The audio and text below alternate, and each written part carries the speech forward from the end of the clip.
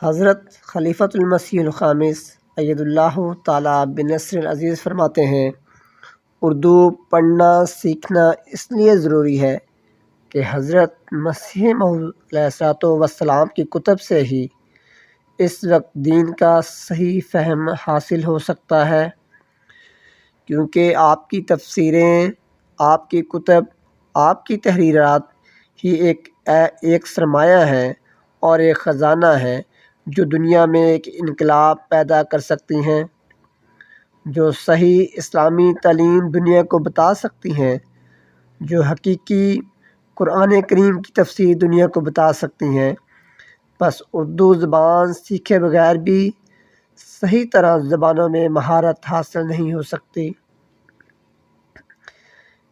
ایک وقت تھا کہ ایک جماعت میں ترجمے کے لیے بہت دقت تھی، دقت تو اب بھی ہے، لیکن یہ وقت اب کچھ حد تک مختلف ممالک کے جامعات کے جو لڑکے ہیں ان سے کم ہو رہی ہے یا اس طرف توجہ پیدا ہو رہی ہے۔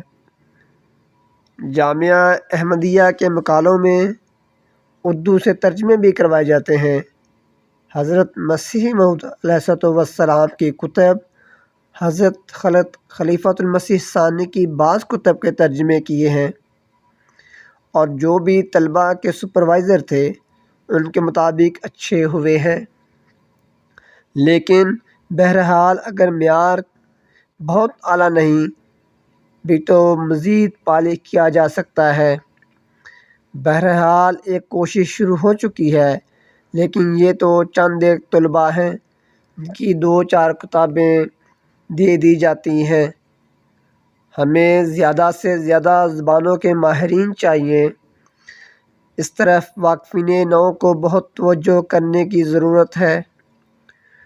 اگر جامعہ کے طلباء کے علاوہ کوئی کسی زبان میں مہارت حاصل کرتا ہے تو اسے، جیسا کہ میں نے کہا، عربی اور اردو سیکھنے کی طرف بھی توجہ کرنی چاہیے۔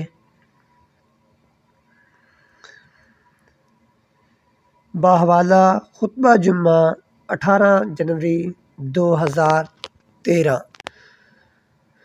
مضمون: اردو زبان کی اہمیت۔